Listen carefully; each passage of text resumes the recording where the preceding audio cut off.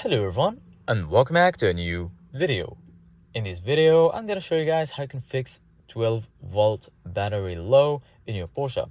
This solution will work for the Porsche Cayenne, Porsche Macan, Panamera, 911, 718, Boxster and the Porsche Cayman. So if you have any of these models, this solution will work for you.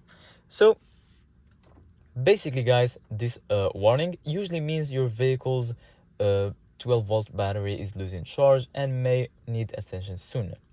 Start by driving the vehicle for 20 to 30 minutes.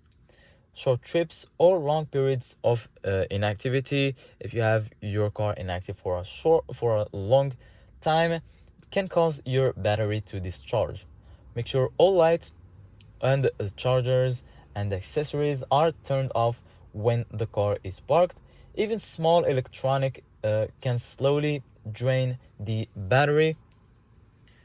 If the car sits unused for long periods, make sure you connect a battery maintainer or a Porsche charger to keep the 12-volt battery properly charged.